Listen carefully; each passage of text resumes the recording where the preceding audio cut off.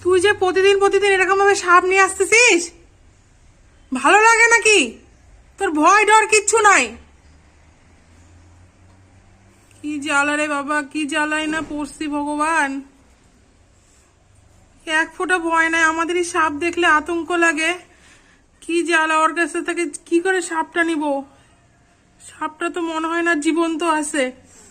হুস, যা তুই বাইরে চলে যা, বাইরে চলে যা, তুই বাইরে চলে যা, তুই বাইরে চলে যা, তুই বাইরে চলে যা।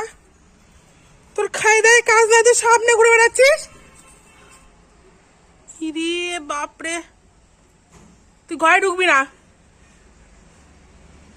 ইস, কি জ্বালা রে ভগবান।